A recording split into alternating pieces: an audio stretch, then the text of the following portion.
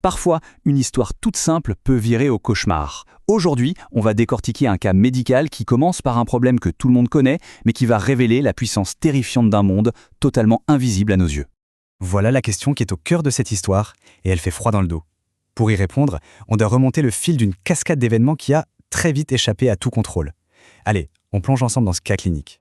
Tout part d'une situation que beaucoup ont déjà vécue. Une rage de dents insupportable. Le genre de douleur qui vous envoie direct aux urgences. À ce moment précis, bien sûr, personne ne peut se douter de l'engrenage fatal qui vient de se mettre en marche. Le premier diagnostic semble assez simple, des kystes sur une molaire. Le dentiste fait ce qu'il faut, un drainage, et il prescrit un antibiotique très courant. Jusque-là, franchement, c'est de la routine médicale. Mais voilà le premier vrai signal d'alarme. 3 jours plus tard, rien n'a changé, la douleur est toujours aussi violente, le traitement ne fonctionne pas.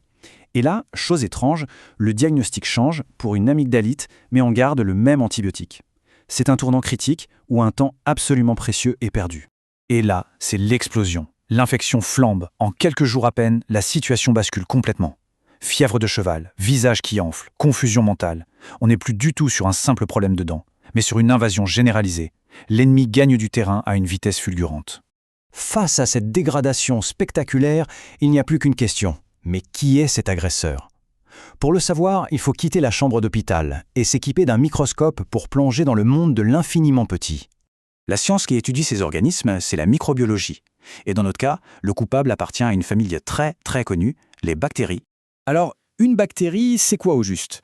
Eh bien, c'est un être vivant composé d'une seule et unique cellule, mais une cellule d'un type très différent des nôtres. Sa taille, qui se mesure en micromètres, la rend bien sûr totalement invisible à l'œil nu.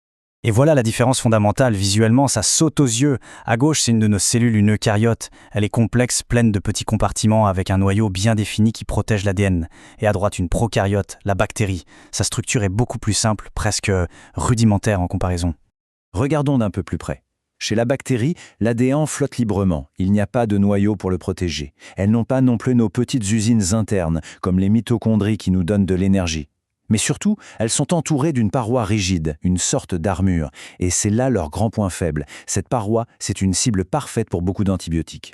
Mais pour comprendre tout ça, pour voir ces différences et surtout pour apprendre à les exploiter contre elles, il a fallu des siècles de découvertes et l'invention d'outils capables de percer les secrets de cet univers caché.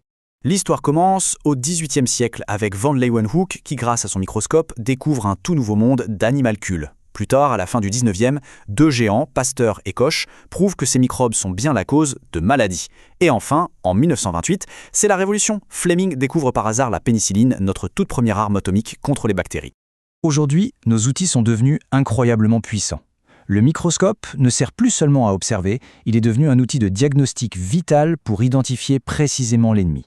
Savoir à quelle bactérie on a affaire, c'est la clé pour choisir l'antibiotique qui va la détruire. Et c'est précisément cette étape qui a manqué dans notre histoire. Maintenant qu'on a ces connaissances en tête, retournons au cas clinique pour comprendre l'issue de cette bataille terrible contre l'agresseur invisible. La situation est tellement critique qu'une opération chirurgicale est lancée en urgence. Et ce que les médecins drainent, c'est un liquide brunâtre qui sent très mauvais. Ce n'est pas juste du pus, c'est un message direct envoyé depuis le champ de bataille microscopique, un indice terrifiant sur la nature de l'infection. Cette phrase, tirée du rapport médical, c'est la clé de tout. Polymicrobienne, ça veut dire qu'il y avait plusieurs types de bactéries à l'attaque, une véritable armée. Et anaérobie, ça signifie qu'elles se développent sans oxygène, souvent au plus profond des tissus. C'est ce qui les rend particulièrement redoutables et difficiles à atteindre. Et le verdict tombe. En se propageant, l'infection a créé une inflammation si violente qu'elle a littéralement étranglé les nerfs optiques, coupant leur alimentation en sang. C'est ce qu'on appelle une ischémie.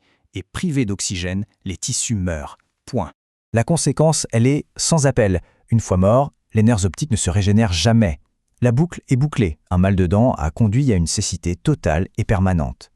Quelles leçons tirer de cette tragédie ? La première, c'est la vitesse. Une infection bactérienne, ça peut exploser en quelques jours. La seconde, c'est l'importance de la réaction. Si un traitement antibiotique ne donne aucun signe d'amélioration après 24 ou 48 heures, c'est une alerte rouge. Il faut alors à tout prix faire un prélèvement pour identifier l'ennemi et choisir la bonne arme pour le combattre. Cette histoire nous rappelle une chose essentielle. On n'est jamais seul dans notre propre corps. On héberge des milliards de micro-organismes. Et quand ce fragile équilibre est rompu, une question un peu vertigineuse se pose. Au fond, qui est vraiment aux commandes ?